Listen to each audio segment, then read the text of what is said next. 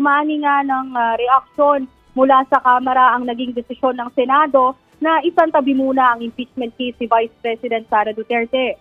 Naglabas ng statement si House Speaker Ferdinand Martin G. Romualdez ukol dito at aniya, minadali ng Senado ang pagsasantabi ng impeachment case si VP Sara.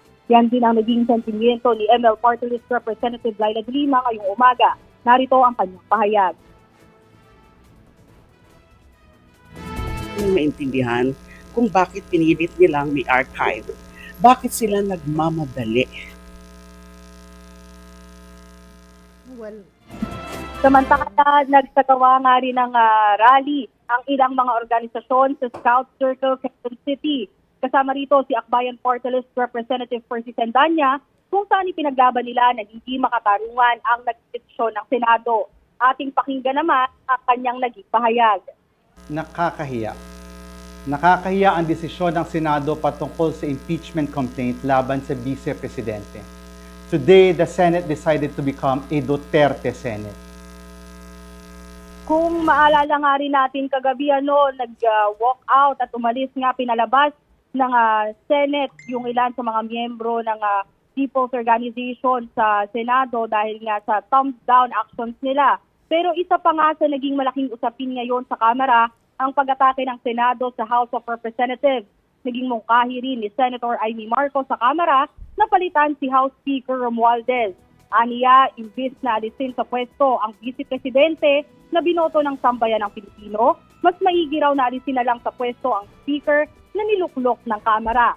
Sa isinagawang press conference kasama si Manila 3rd District Representative Joel Chua, inaibahagi niya na ang impeachment laban kay VP Sara ay isang call for accountability. Atin pang silipin kung ano pa nga ba ang naging response ni Rep. Chua sa press conference. Di po kami nagre-resort sa mga ad hominem. Tinatanong rin po ng taong bayan kung nasaan at kung sino si Mary Grace Piatos. They denied the Filipino people due process. Nagbigay na rin sa kanyang sentimiento si House Deputy Majority Leader at Lanao del Sur 1st District Representative Dia Alonto Adyong sa naging issue na ito. Sa parehong press conference kasama si Rep. Chua, sinabi niya na dapat respetuhin ng Senado ang institusyon ng Kamara, lalo na't marami sa mga senador ngayon ay nanggaling din sa House of Representatives. Kanya ring ipinagtanggol si House Speaker Romualdez ukol dito at ito ang kanyang naging pahayag. To deadma to make patol is human, to deadma is divine. So, deadma na lang kami. Basta sa amin, si Speaker Martin Romualdez delivered and we will still continue to support him and his leadership.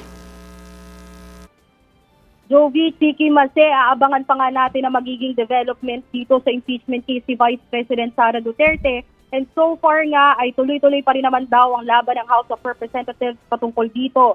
Ang kanilang kasagutan na lang ay kung i-reverse nga ba ng Supreme Court yung magiging desisyon nila patungkol kay, sa impeachment case ni VP Sara. Jovi, Chiki, Mase.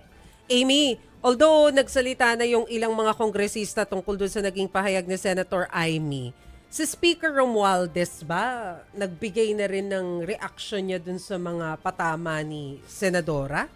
Ng pinsan niya. Ng pinsan niya? Yes, actually kanina ang nilabas niya lang talaga na statement ay patungkol dun sa naging decision ng Senado para i-archive nga yung kaso, impeachment case si Vice President Sara Duterte. Pero patungkol naman dun sa pag-atake sa kanya personal, wala tayo pang naririnig kay House Speaker Romualdez. Abangan nga natin kung meron, pero so far ay hinahandle niya naman to talaga with class dahil nga hindi na siya rumisponde. At tanging pinagtatanggol na lang din siya ng ilang mga miyembro ng Kamara patungkol dito.